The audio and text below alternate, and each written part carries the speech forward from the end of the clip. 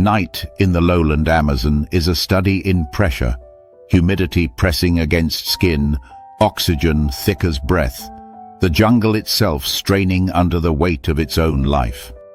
Beneath the tangled lattice of lianas and fallen palms, the leaf litter holds secrets that never see daylight. The camera moves close. The ground shifts with the slow pulse of respiration from a creature hidden in plain sight. A massive bushmaster snake, Lachesis muta, coils beneath the cluttered mulch, its body indistinguishable from roots and bark. Only the faint movement of a scaled chest betrays its presence. This is not an active hunter. It is a waiting equation of chemistry and patience. Every breath of the jungle carries information. Warm currents sliding down from the canopy carry the scent signatures of frogs, rodents, and marsupials. To a bushmaster, these are not smells but maps, coordinates rendered in molecules. With specialized heat pits aligned along its broad head, the snake perceives thermal ghosts moving through darkness. Each living thing becomes a radiant outline, a frog pulsing faintly, a capybara, a bright comet. The snake's mind calculates trajectories through darkness. Strike range, mass, and potential energy all align in a single moment when the ambush completes itself. When it happens, it's almost invisible. The strike of a bushmaster is not the explosive whip of a cobra or the coiled lunge of a pit viper. It is an engineered snap, a precise delivery of two hollow fangs that work like medical syringes powered by the strongest jaw muscles among New World vipers. For small prey, frogs, young rodents, the injection is instantaneous death in slow motion. Within minutes, blood pressure collapses. The heart still beats, but the plumbing fails. Capillaries leak, clotting factors scatter, and the brain dims from lack of oxygen. The snake does not pursue. It knows what comes next. The forest is patient, and so is it. For mid-sized prey, an agouti, perhaps a young capybara nosing along a stream bank, the venom's narrative becomes more complex. Hemotoxins dismantle the architecture of life from within, breaking down endothelial walls and triggering catastrophic coagulation failure. The victim often runs, but its own blood becomes an enemy, thickening and thinning unpredictably, starving muscles and organs. Within 10-20 minutes, the animal slows, collapses, and becomes a still form on the forest floor. Long after, the bushmaster's tongue flicks through the humid air, following a faint trail of volatile molecules. In the dark, that chemical spore is as bright as a lantern. The snake relocates the carcass precisely, as if guided by invisible threads. Evolution has written efficiency into every stage, from injection to retrieval. For large prey, something dog-sized, or an unwary mammal on a trail, the scene becomes brutal in its physics. The strike lands and the animal bolts, adrenaline masking the initial shock. But inside, the bloodstream becomes chaos. Coagulopathy spreads like wildfire. Internal bleeding saturates tissues. Hypovolemia, a massive drop in circulating volume, starves the heart. The body, running on borrowed time, collapses within the hour. The jungle absorbs the event quietly. There is no drama, no chase, no sound of pursuit. The snake knows precisely when the world will fall still. And then there is the human encounter, a rare but terrifying echo of the same mechanism. A barefoot collector, a farmer returning from dusk chores, or a biologist stepping too far from the trail may feel a sharp tap at the ankle, not even pain at first. Seconds later, fire. Venom seeps deep, expanding tissues, triggering inflammation so severe that the limb swells as if trying to escape itself. Within minutes, blood pressure plummets. Within hours, necrosis sets in. Without anti-venom, survival is a coin toss. The Bushmaster, unaware of the difference between human and capybara, has simply acted within its design. What makes Lachesis remarkable is not its lethality, but its restraint. This is a snake that may wait days, even weeks, for a single opportunity.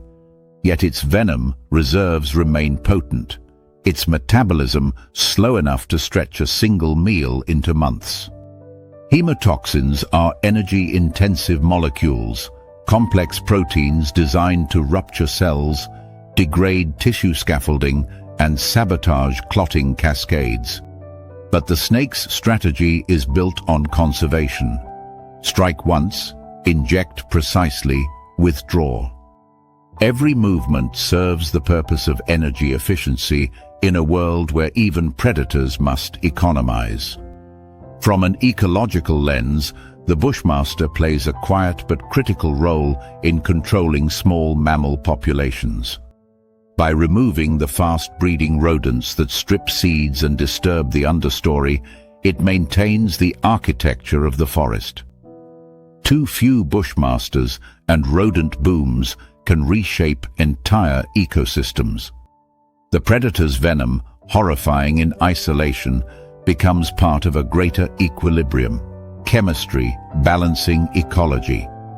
Its bite, though lethal, is also an act of pruning, keeping the jungle from collapsing under its own fertility.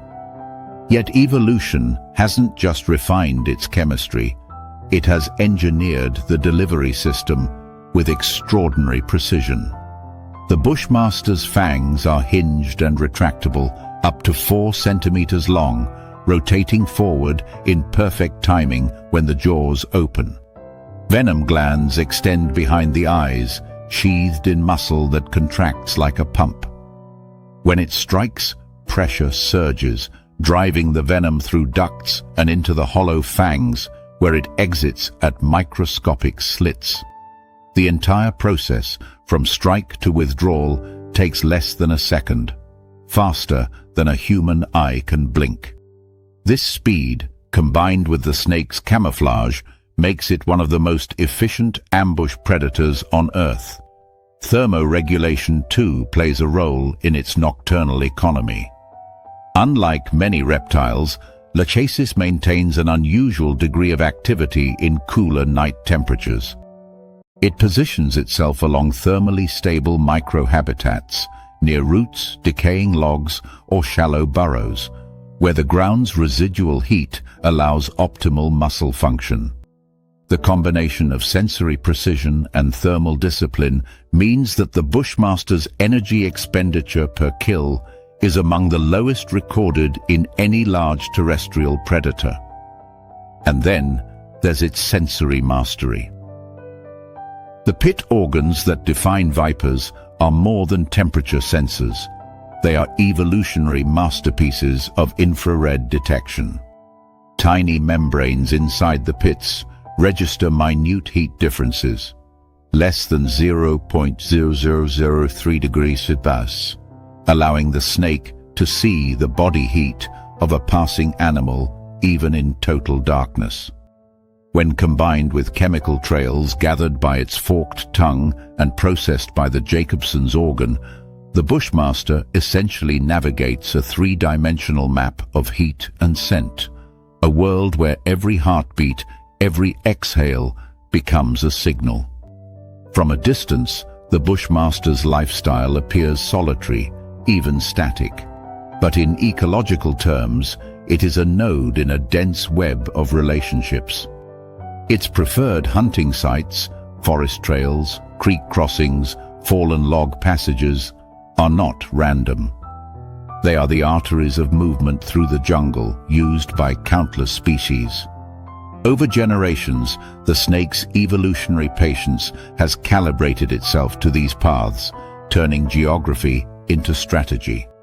The camera pans low, tracing its immense body across the forest floor, muscles rolling like slow waves beneath scales that glint in muted gold and brown. Its head tilts slightly, tongue flicking. Somewhere ahead, a frog lands with a soft thud. The jungle holds its breath. What happens next has played out for millions of years, long before any human foot stepped into this labyrinth of life. The strike, the venom, the silence after, they are all part of the same ancient rhythm. Energy moving through flesh, the forest feeding itself. To understand the Bushmaster is to understand the patience of predation. Its venom is not rage, not malice. It is biology perfected by time, a liquid tool crafted to transform motion into stillness. In the grand ledger of the Amazon, every death funds another life. Every toxin shapes the next generation of survivors. The Bushmaster waits in that balance, unseen, unhurried. The jungle's silent accountant, closing one account to open another. The forest floor after sundown is a mosaic of movement. Every drop of condensation rolling from a bromeliad, every falling seed or legless crawl beneath a leaf carries consequence. Among the lattice of palm fronds and rotting fruit husks, the camera lowers to a level where the world shrinks to the scale of legs and mandibles.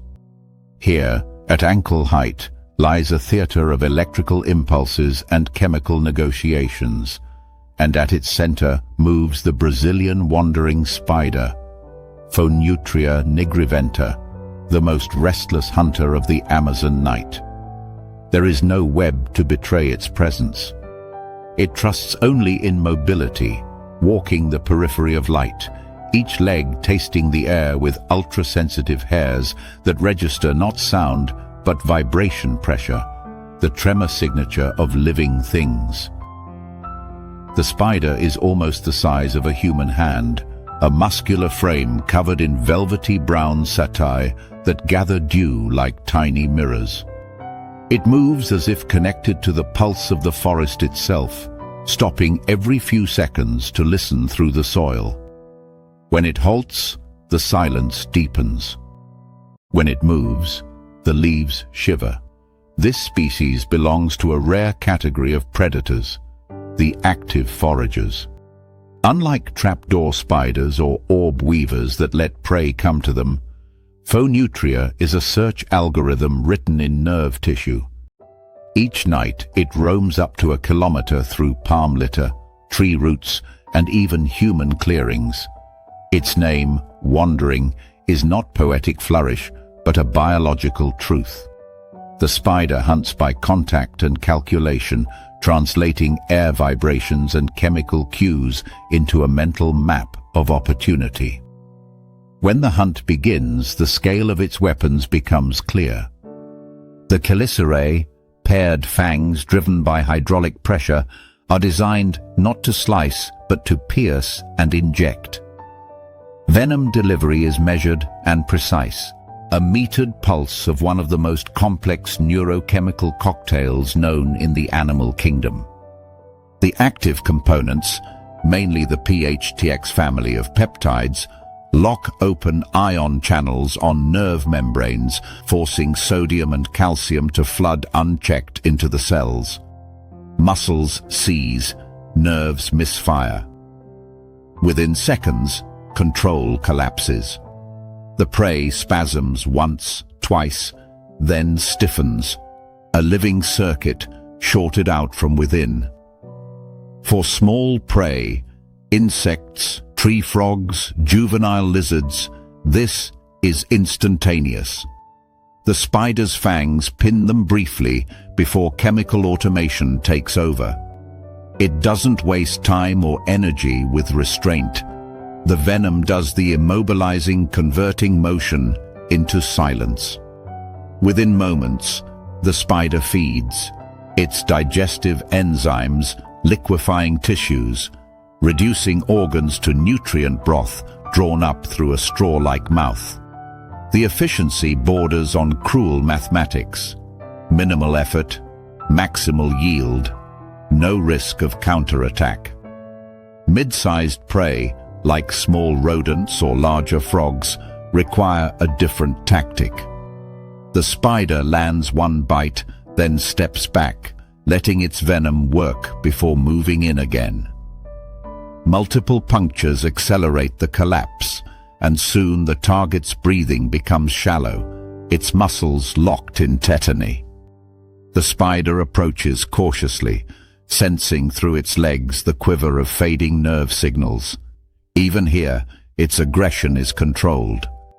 Evolution has taught it patience and precision in dose. Too much venom wasted on one meal would compromise survival in a world where competition and dehydration stalk every night. The Brazilian wandering spider does not rely on webs or traps, but it does use the architecture of the forest to amplify its advantage. It prowls palm groves and cacao plantations, where fallen leaves create sound funnels. A rustle anywhere can betray a heartbeat. The spider's 8 eyes, arranged in near-circular formation, grant panoramic vision, but it's not the sight that guides its final pounce. Instead, thousands of fine mechanoreceptors distributed across its legs and abdomen detect minute air displacements from prey movement, effectively allowing to see motion in the dark through pressure waves. In laboratory tests, Phonutria can detect a single step from a mouse over a meter away, even when blindfolded. When facing larger prey, bats tangled in understory vines, big rodents, or birds fallen from branches, the venom remains lethal, but the calculus shifts. Wrestling would risk leg injury or defensive bites. So the spider uses its intelligence, striking from angles, dosing carefully, and using its elongated forelegs to keep distance. It lets physiology, not brute force, finish the battle. Hemotoxic species rely on destruction. Phonutria uses sabotage. The venom doesn't destroy tissue, it rewires it. By hijacking ion channels, it turns the victim's nervous system against itself, amplifying signals until they burn out. The result is not simply paralysis, but neural chaos, where the prey's own muscles consume the last of their ATP reserves in a final, involuntary contraction. For humans, the encounter is less a hunt and more an accident of shared habitat. The spider's preferred microclimates overlap perfectly with ours: wood piles, banana clusters, thatched roofs, garden walls. It is an opportunist that adapts to disturbance rather than fleeing it. A misplaced hand at night, reaching for fruit or a tool, can trigger a defensive bite. The pain is immediate and overwhelming, radiating through limbs as nerves fire uncontrollably. Sweating, blurred vision, tachycardia follow, sometimes accompanied by muscular rigidity and priapism, a physiological side effect of the same peptide activity that disrupts calcium channels. Medical literature calls it neurogenic storm. The forest knows it simply as consequence. To the camera lens, the wandering spider's aggression is deceptive. Its threat posture, front legs raised, fangs bared, vibrating slightly, is as much bluff as promise. The raised legs amplify its silhouette, sending a signal to potential predators that it is large, dangerous, and ready to strike. Behind this display lies a neural trigger system fine-tuned to milliseconds. Each movement pattern, whether frog hop or mouse twitch, registers as a waveform in the spider's sensory cortex, dictating strike timing down to a fraction of a second. To watch one attack in slow motion is to witness a ballistic computation in flesh. But behind the predatory mechanics lies a larger evolutionary narrative. The Brazilian wandering spider is part of the Amazon's night patrol, a mobile system that polices the overflow of smaller life forms. Insects, frogs, and rodents proliferate rapidly in this climate of endless fertility. The spider's nightly forays act as a regulatory force, maintaining balance through consumption. By controlling populations of small vertebrates and invertebrates, it indirectly shapes seed dispersal, fungal spread, and even soil chemistry. Its venom, far from being random violence, is an instrument of ecosystem stability, the chemical embodiment of control within chaos. Its own survival strategy is equally intricate. Females guard egg sacs aggressively, and when the spiderlings hatch, they scatter like sparks, each carrying a fraction of the genetic code that has been refining ion channel warfare for tens of millions of years. Few survive to adulthood, but those that do inherit a combination of predatory boldness and restraint. Despite its reputation as one of the world's most venomous spiders, Phonutria rarely bites humans unprovoked. Most encounters end in a bluff, a warning dance, and retreat into leaf litter. The biochemistry of its venom has drawn the attention of neurophysiologists and pharmacologists alike. The same molecules that cause paralysis also hold therapeutic potential. In controlled doses, certain PHTX peptides can modulate neurotransmitter release, offering models for treating chronic pain and erectile dysfunction. What nature refined as a tool for immobilization, science repurposes for restoration. The irony is silent but profound. Within every deadly molecule lies a potential cure.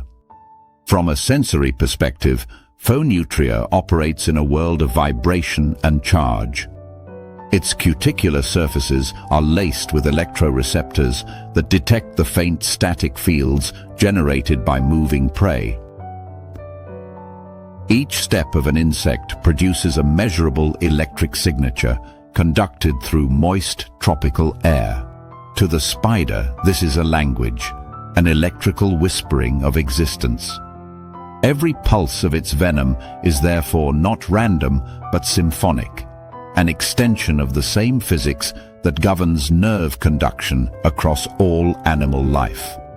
The forest floor glows faintly with bioluminescent fungi, scattering cold light through decaying wood. The spider pauses on a fallen palm frond, legs arched, eyes reflecting amber.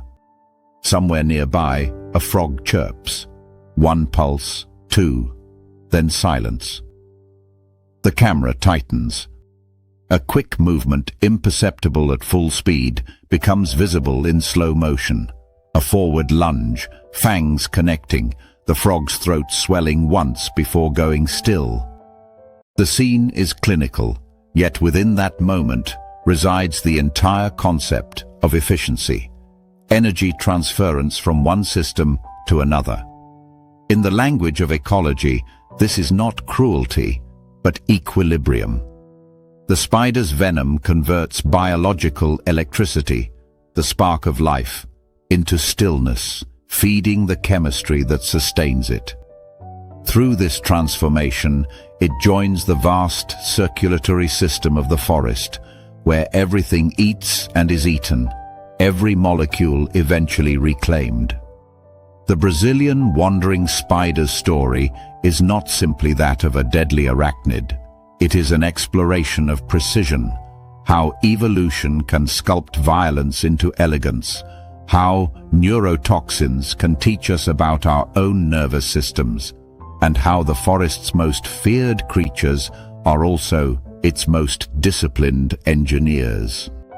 Beneath the wet palm litter As dawn begins to dissolve the night, the spider folds itself into shadow, its venom glands cooling, its body still.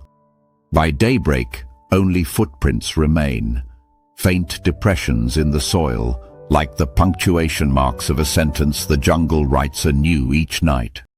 The forest floor at night is a shifting tapestry of color and deception.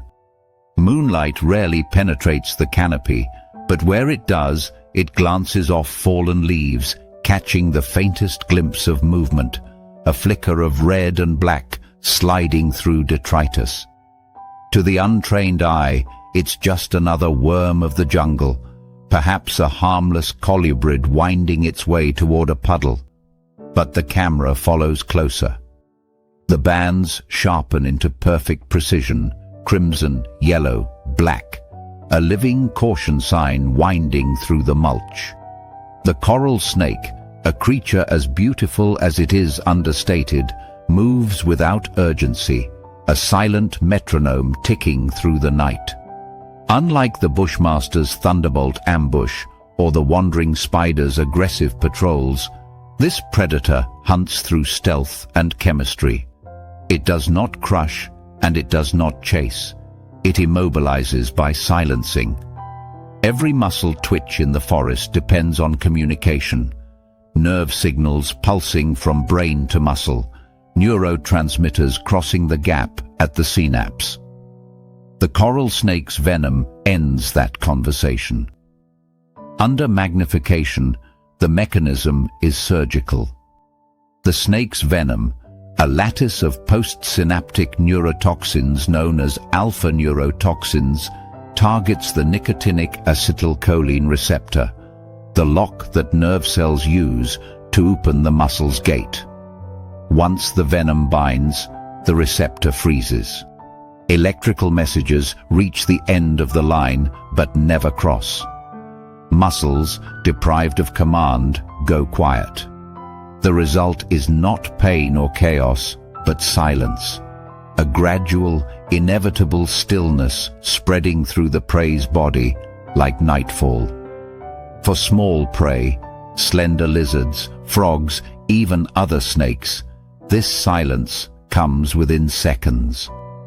A flick of the coral snake's narrow head, a lightning-fast bite, and the venom begins its work.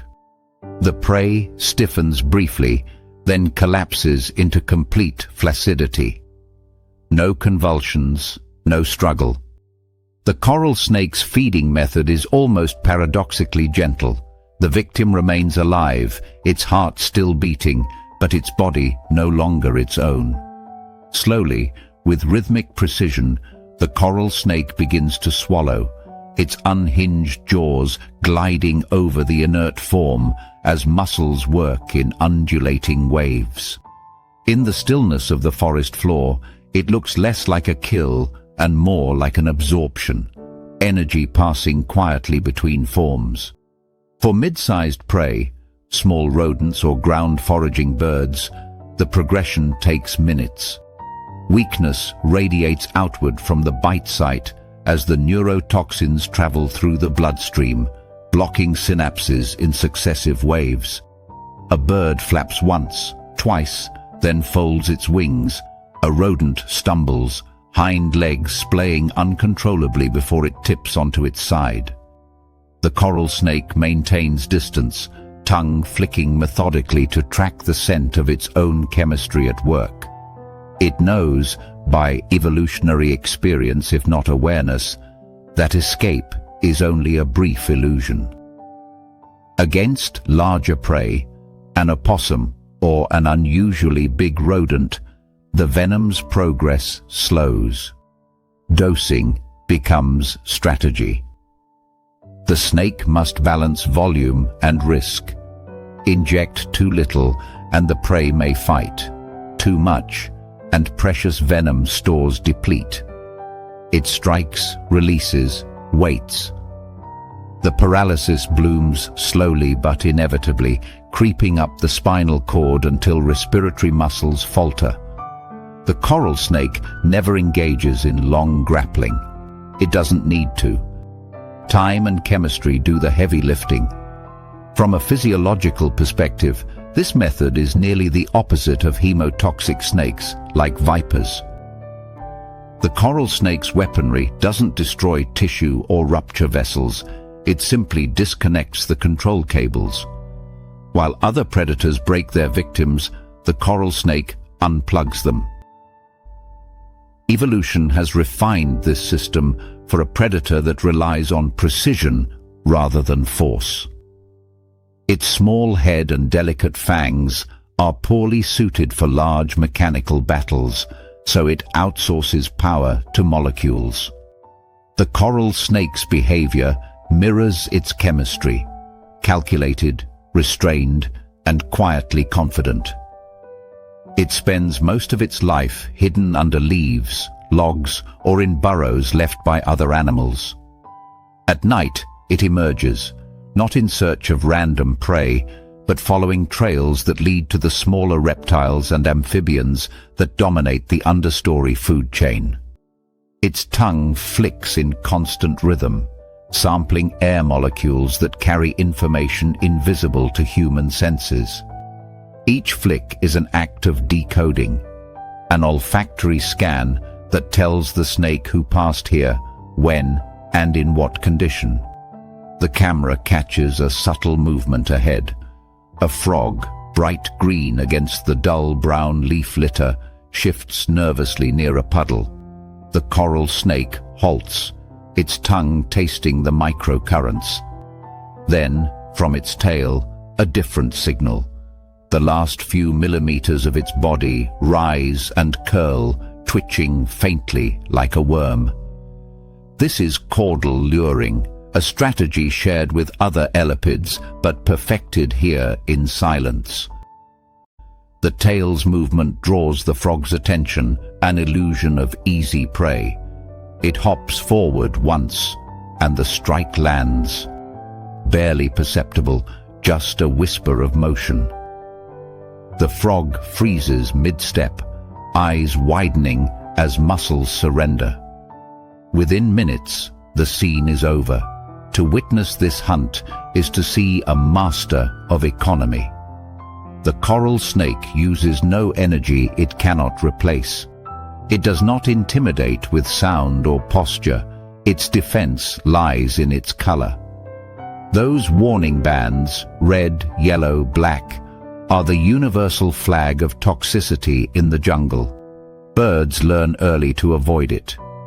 Mammals, too, give it space. Even mimics, like the false coral snakes and harmless milk snakes, survive on this borrowed fear. Yet few predators test the pattern. The coral snake's true defense, paradoxically, is reputation, an evolutionary advertisement for chemical supremacy.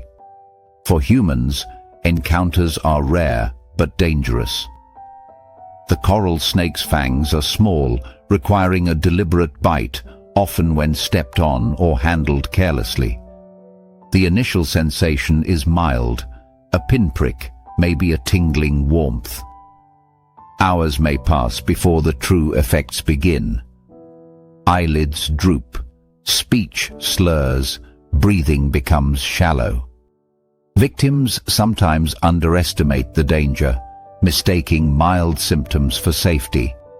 But the toxins keep working, blocking synapses in the diaphragm and intercostal muscles until breathing ceases altogether. Without anti-venom and mechanical ventilation, death comes quietly, like sleep. The coral snake's venom has fascinated neurobiologists for decades.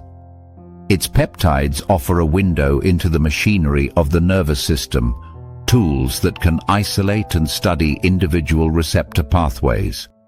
In controlled environments, these same molecules that cause paralysis can help map the electrical language of life itself. From laboratory benches to medical textbooks, the coral snake becomes both teacher and executioner, a paradox of nature's design.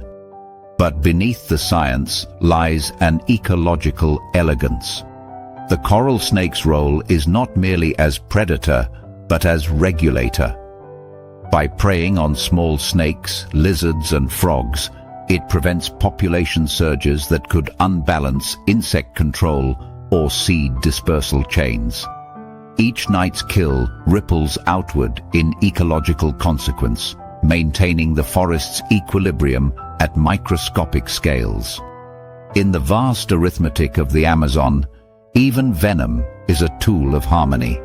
Its sensory world is one of texture and gradient. Heat signatures barely matter in the cool leaf litter. What counts are chemical trails and vibrations.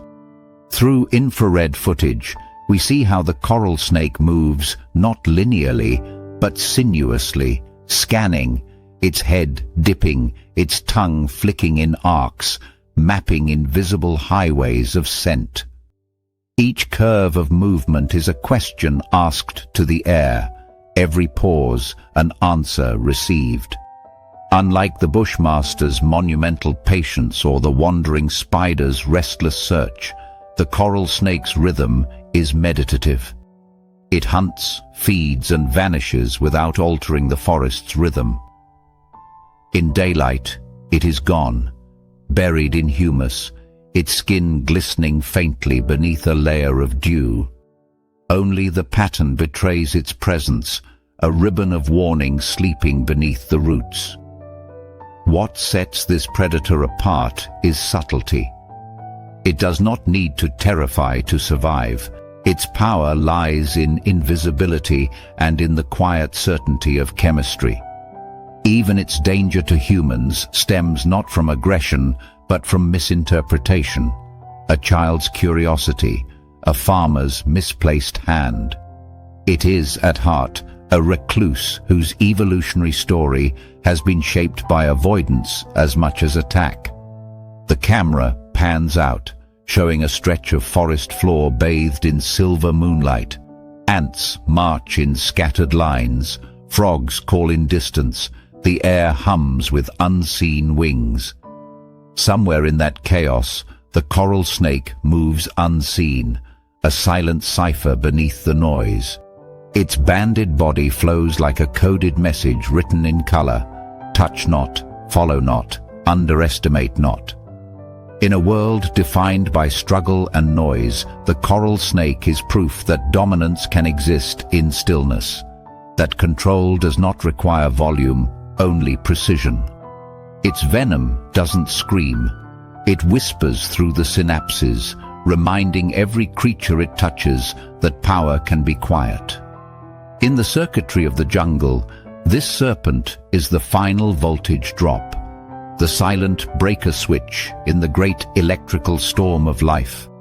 The jungle at night is alive with voices, frogs piping from puddles, insects grinding in layered rhythms, wings whispering against wet leaves. But beneath that symphony runs another pulse, a steady, silent current of motion pressed close to the earth. The camera lowers to the forest floor, where the world shrinks into texture, damp soil, seed husks, decomposing bark. And there, sliding through the litter with a fluid precision that feels unnatural, emerges the scolopendra, the Amazon's giant centipede, a creature engineered by evolution to weaponize contact. Its body seems to have no front or end, only motion. 40 or more legs ripple in a perfectly timed wave, each one tipped with a curved, sharp claw that catches light in bronze flashes.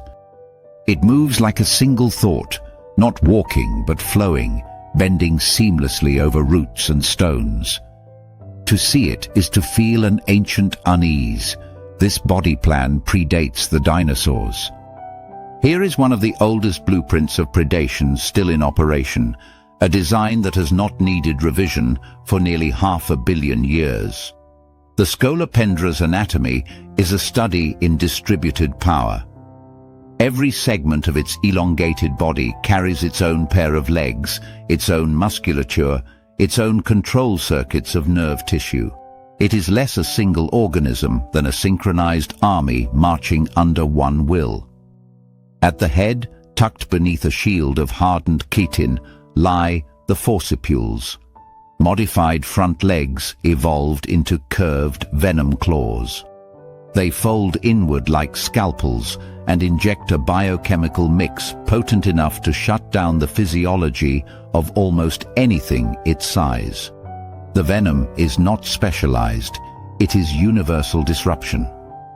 Sodium channels freeze open, potassium gates slam shut, and the normal dialogue between nerve and muscle collapses into chaos.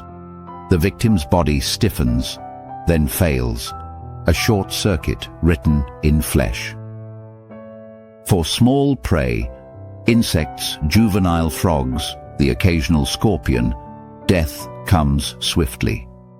The centipede pounces with mechanical grace, wrapping the length of its body around the victim in an instant. The 40 legs anchor simultaneously, each one finding traction in the micro-landscape of scales or skin. The forcipules strike, inject, and withdraw in a heartbeat. Within seconds, the prey stops moving. The centipede does not bother to reposition. It begins feeding immediately, its mandibles tearing through the softest tissues first. There is no hesitation, no pause between hunt and consumption. The system is efficient because time in the tropics is risk. Mid-sized prey, small lizards, rodents, demand a longer performance. The centipede engages not through speed but endurance. It lunges, bites once, retreats, then follows the scent of its own venom as paralysis spreads. When the victim falters, the centipede attacks again, wrapping itself around the length of the body, each segment acting independently to anchor and compress. The sensation for the prey would be overwhelming. Dozens of punctures, each delivering its own fraction of neurotoxin, converging into total muscular failure.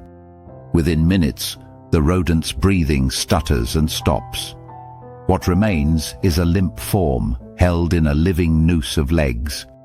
The centipede's feeding begins at the head, its mandibles working rhythmically as digestive enzymes liquefy tissue. Large prey, bats fallen from roosts, sizable rodents, test the limits of the centipede's scale, but not its confidence. Footage from caves in South America shows Scolopendra climbing walls to seize sleeping bats, hanging inverted as its legs anchor into rough stone and fur alike. Gravity itself becomes irrelevant. The predator feeds upside down, dripping digestive fluids onto the cave floor below. This inversion, so alien to mammalian logic, feels like a violation of order. Yet, for the centipede, it is simply geometry. Its grip, distributed across dozens of legs, makes slipping impossible. The bat's struggles weaken as multiple injections take hold, each puncture a command to the body to stop. The venom acts on several systems at once, nervous, muscular, and cardiovascular, producing what biologists call multi-system shutdown. The components include serotonin, histamine, and a unique array of peptides that open ion channels uncontrollably, flooding nerves with electrical signals until they burn out. The effect is pain of extraordinary intensity, followed by paralysis.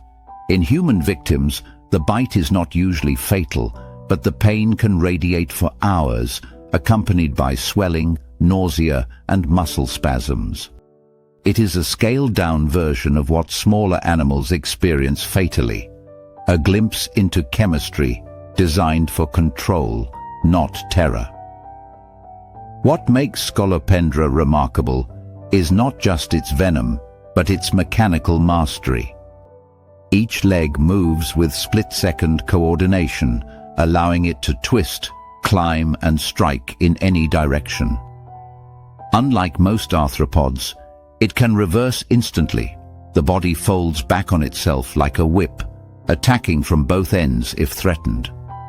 It does not rely on webs, traps, or ambush sites. Instead, it operates as a mobile strike platform, its body a perpetual weapon in motion. Its cuticle gleams with hydrophobic wax, repelling moisture and allowing it to prowl through the dripping labyrinth of roots and rocks without slowing. The centipede's world is tactile. It hunts not by sight, but by vibration and chemical trace. Along its antennae run rows of sensilla, tiny sensory hairs that can detect the faintest movement of air or ground. A beetle, shifting a leaf a meter away, registers as a pulse through soil and humidity, instantly mapped by the centipede's nervous system. It reacts with startling precision, steering toward the disturbance like a guided missile. Every sense it possesses is short-range, built for intimacy. A predator that must touch to kill. And yet, for all its aggression, the centipede is not a mindless engine of violence. Its behavior reveals discernment. It calibrates strike strength and venom dose depending on prey size. It uses its legs to sense temperature and moisture gradients, staying near the edge zones between wet soil and dry litter, micro-habitats rich in prey but safe from flooding. It drinks condensation from its own cuticle, recycling water like a living sponge. Its respiration through lateral spiracles is slow and deliberate, optimized for life in narrow spaces. In the broader ecological web, Scolopendra occupies a unique position, the apex of the invertebrate predators. It feeds on those that feed on everything else. By preying on insects, small reptiles and mammals, it stabilizes food chains that would otherwise spiral into imbalance. Remove it, and the jungle's pulse quickens into chaos. Prey populations surge, vegetation shifts, soil chemistry alters. The centipede's presence, though unseen, anchors a segment of the ecosystem's equilibrium. The human fascination with Scolopendra borders on myth. In indigenous folklore, it represents the living spear, a creature that embodies the jungle's principle of precision through pain. Scientists studying its venom have isolated molecules that show promise in developing new anesthetics and cardiac drugs, an irony that nature often delivers. The same chemistry that shuts down multiple systems can, in microdoses, calm one. Within its bite may lie future medicines for the very ailments it mimics.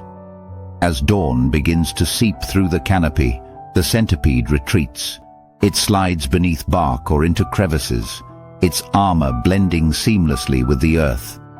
The jungle light shifts from silver to gold, illuminating the glistening trail it leaves behind, not slime, but condensation, disturbed by its passage.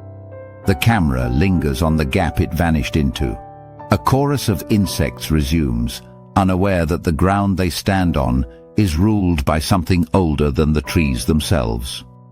In every frame, Scolopendra is both predator and principle, a demonstration that survival in the tropics is not about speed or size, but about systems mastery.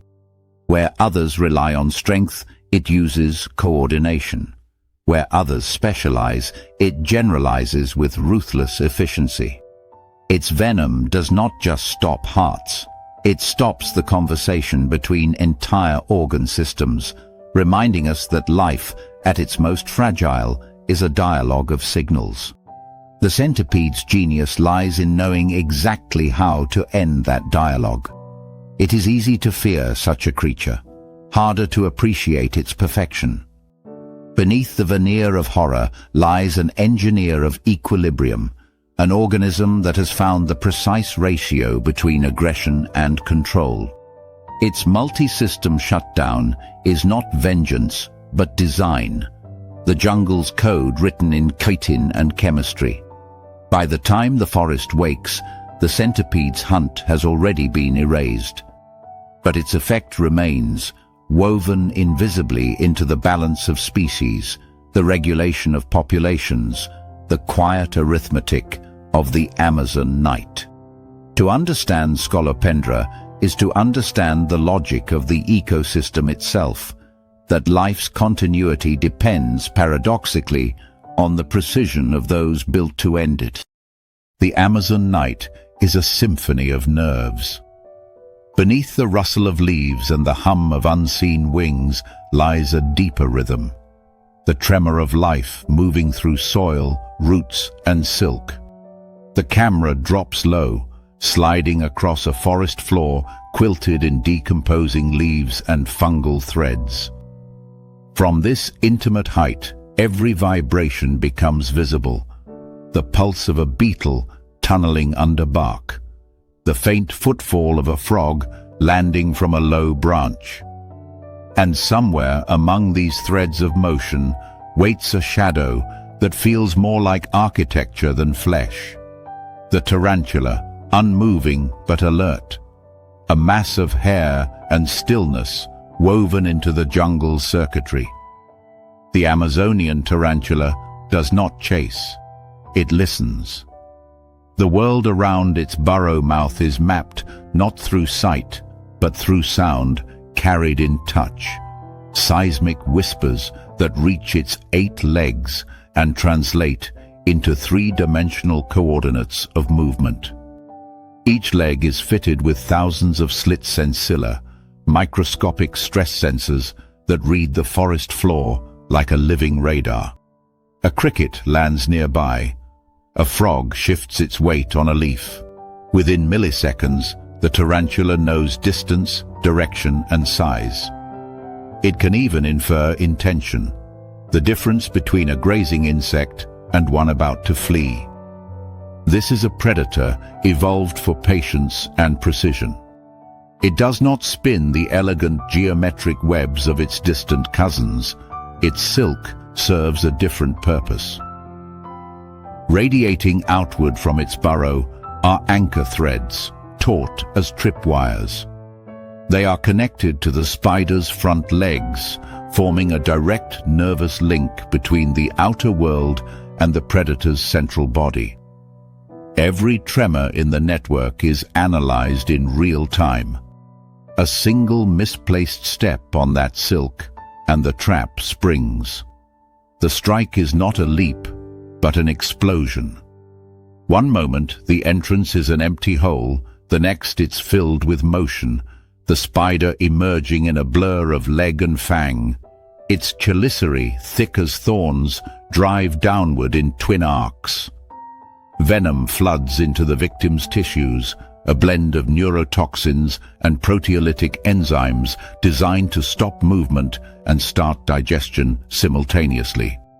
The effect is both neurological and chemical. Nerve signals fail, muscles relax, and cells begin to dissolve. The prey's body becomes its own blender, breaking down from within before the feeding even begins. For small prey, insects, frogs, juvenile lizards, the process is almost instantaneous. The tarantula's mass alone is enough to crush resistance. Its fangs finish what gravity begins.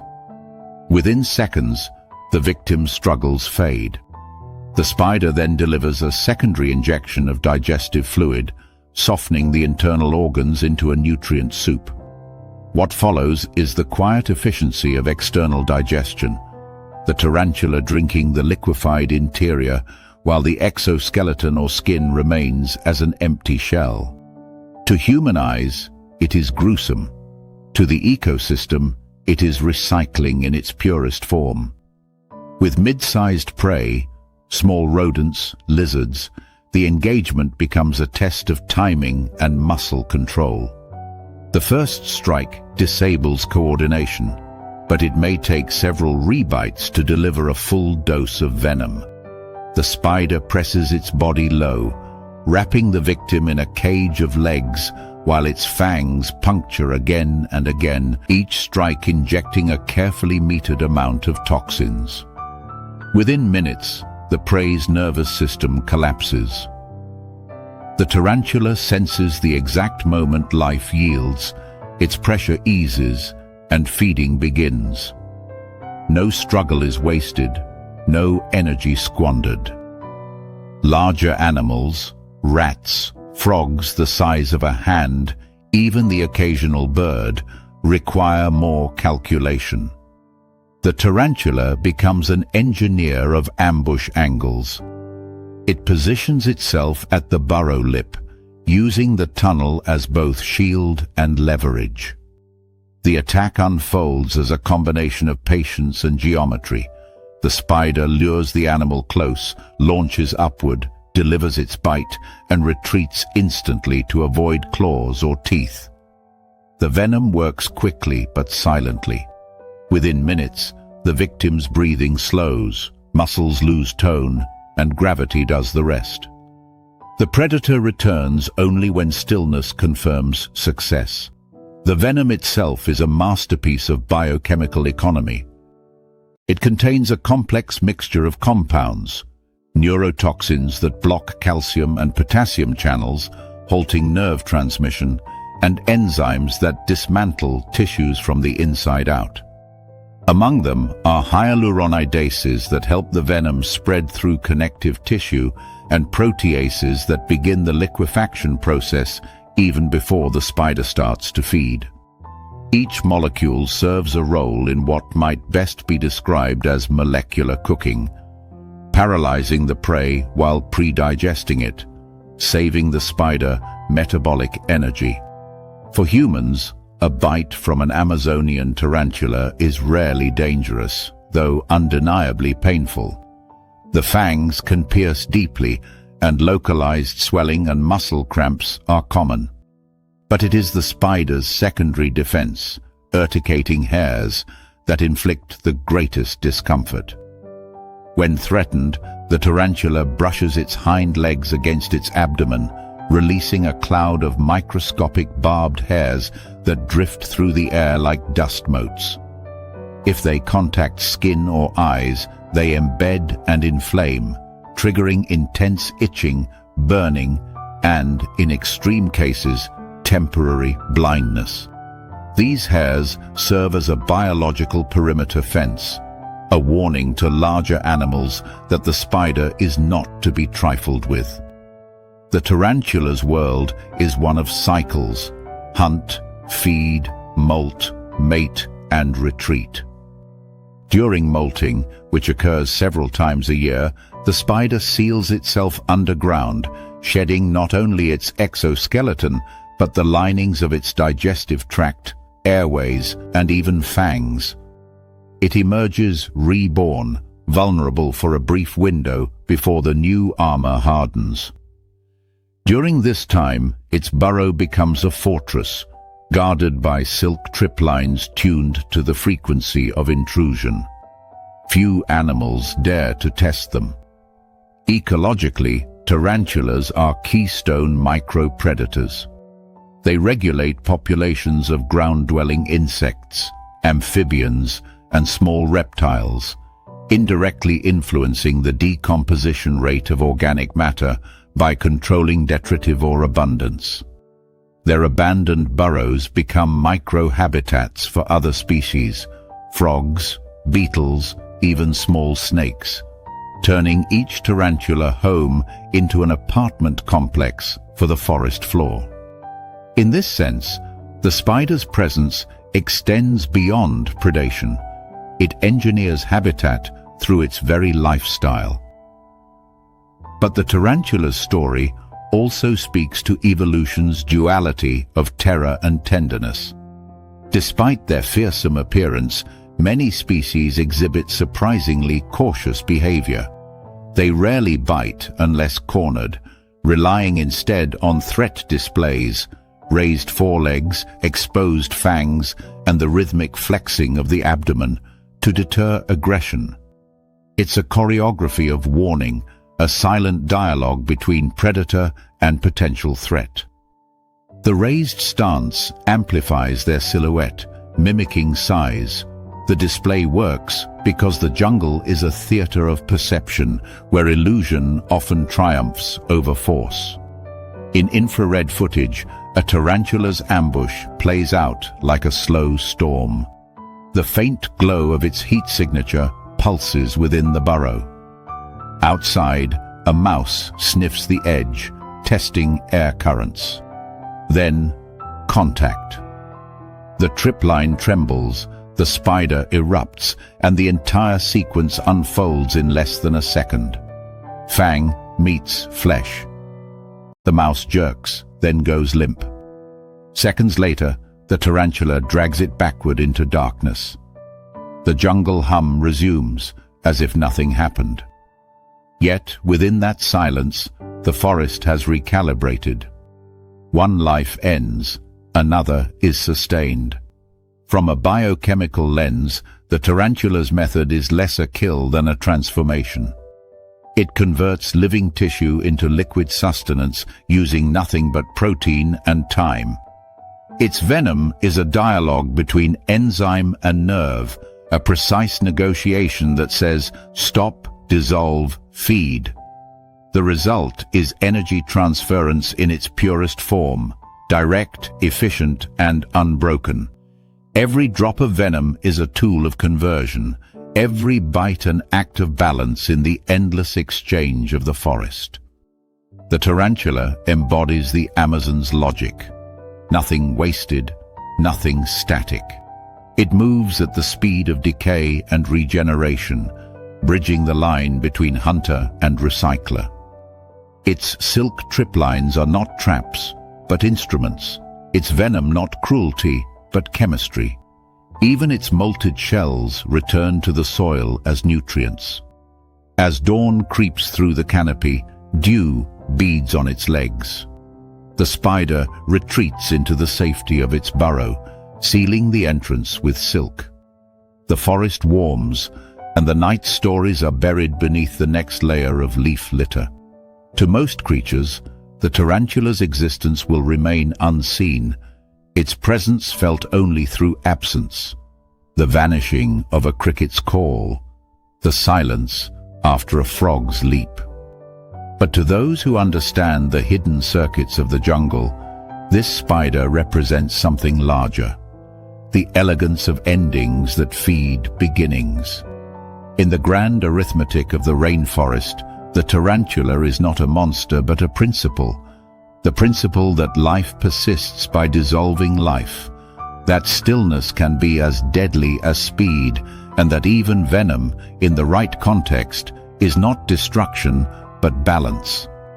It waits, it listens, it liquefies. The forest breathes through that cycle, endlessly and without remorse. The first rain of the wet season transforms the Amazon floor into an orchestra pit. Water hisses off broad leaves, fills the grooves of roots, and awakens 1,000 waiting throats. From every direction comes the sound of emergence, frogs calling, insects buzzing, the damp scent of soil returning to life. Amid this nocturnal revival moves a shape that seems more deliberate than the rest. It doesn't leap nervously from puddle to puddle or cling to leaves in song. It walks, heavy, calm, deliberate, as if aware that nothing here dares to touch it. The marine toad, Rhinella marina, or cane toad, is not born to flee. It carries its armor not in scales or fangs, but in chemistry. Its skin is a fortress saturated with slow-release poisons, bufotoxins, held in swelling glands behind the eyes called parotoids. The toad's strategy is not to win battles, but to make fighting unthinkable. Its existence rewrites the rules of predation. The camera closes in. The skin surface glistens under the beam of a headlamp, rough, granular, patterned with earthy browns that mirror the soil it sits on. But the texture is deceptive. Each wart is a miniature chemical factory, secreting compounds that can disrupt a predator's heart within minutes. The glands swell slightly when the toad feels threatened, and pressure alone, a bite, a squeeze, a curious lick, is enough to release the milky toxin. It's not venom. The toad cannot inject it. The weapon works only through contact, but that distinction makes it no less lethal. Around the toad, the night is alive with smaller hunters, wolf spiders, geckos, juvenile snakes, each searching for easy prey. To them, a plump amphibian this size should be irresistible. The scene plays out often. A young snake slithers close, tongue flicking to taste the air. The toad sits motionless, trusting stillness more than camouflage. Then the snake strikes, jaws closing around the toad's flank. Almost immediately, its body convulses. Bufotoxins on the toad's skin contact the snake's oral tissue, absorbed through mucous membranes within seconds. Cardiac muscles misfire, neural control collapses. The snake releases and writhes, its rhythm shattered. The toad hops once, not in panic, but in disinterest, and continues across the wet earth. Bufotoxins belong to a class of compounds known as cardiac glycosides, chemicals that interfere with sodium-potassium pumps in cell membranes. They force the heart's rhythm into chaos, either locking it into contraction or stopping it altogether. The irony is that the same molecular mechanisms that kill can, in tiny doses, heal. Related compounds form the basis of digitalis, a heart medicine. Evolution stumbled onto a pharmacological principle that humans later borrowed. The toad's self-assurance radiates from this biology. Mid-sized predators, coatis, dogs, even ocelots, often learn too late what curiosity costs. A single bite brings profuse salivation, muscle tremors, and staggering disorientation.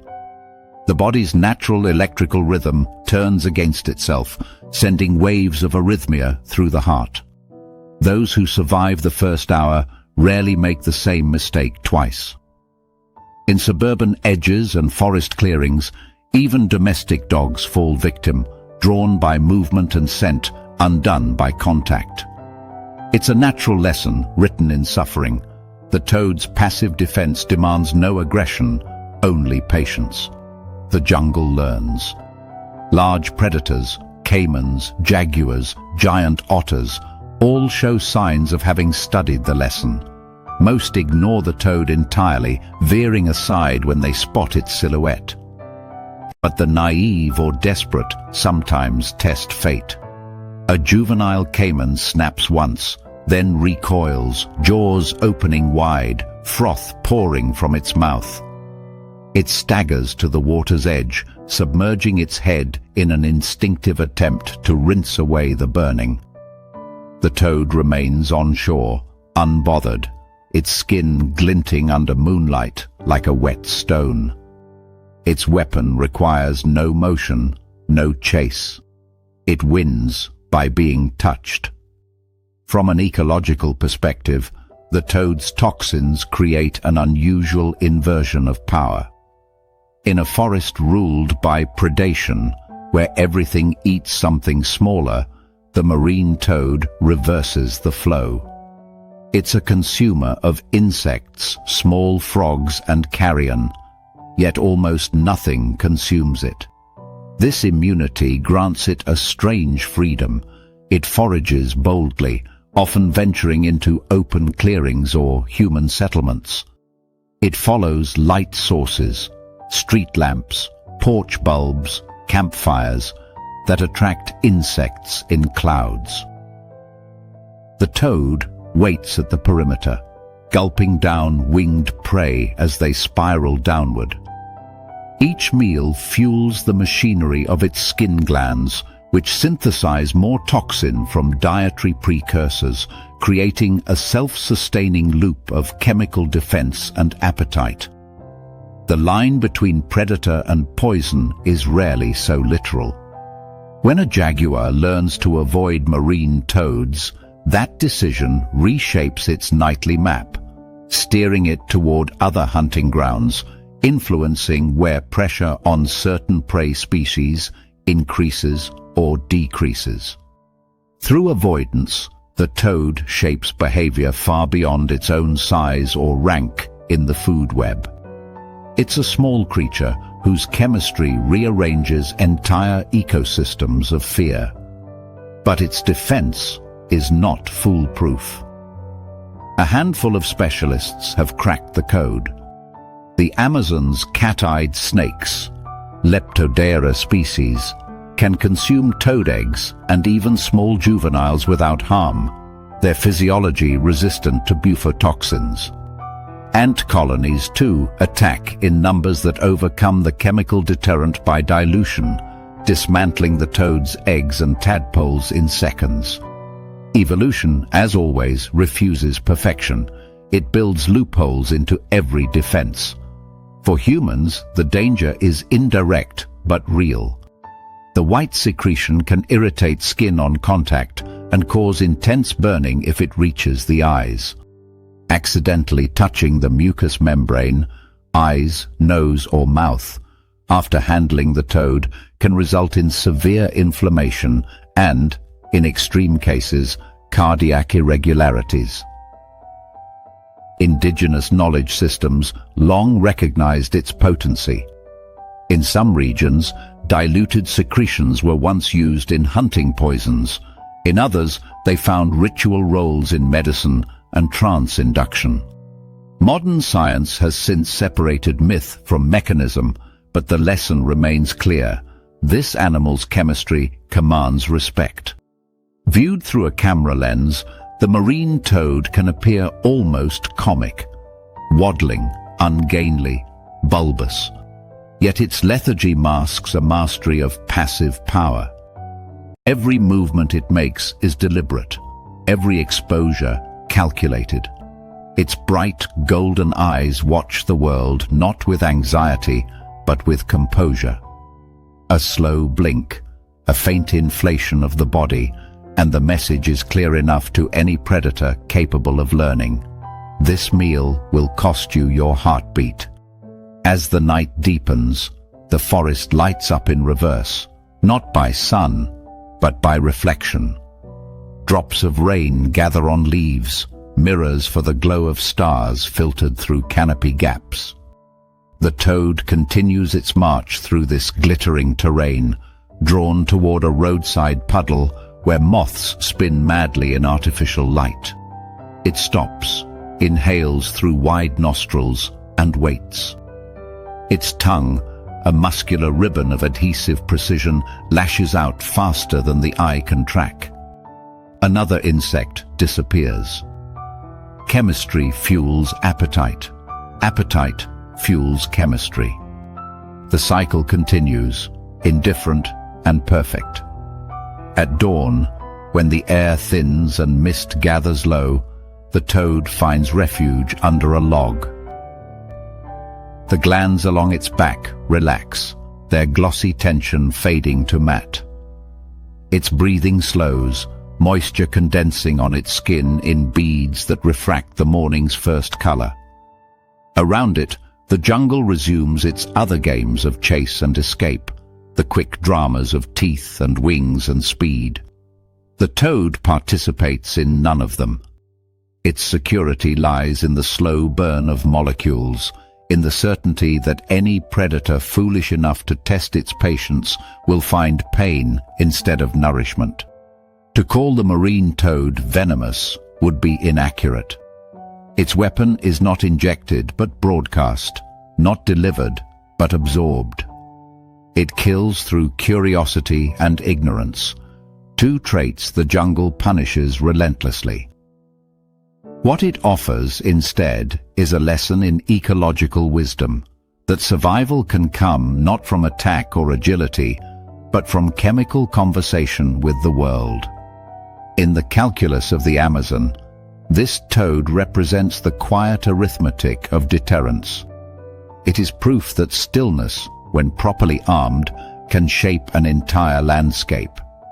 Each secretion, each death by contact, reinforces a collective memory written into predator instincts.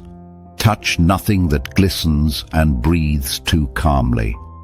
The rain starts again, soft and endless.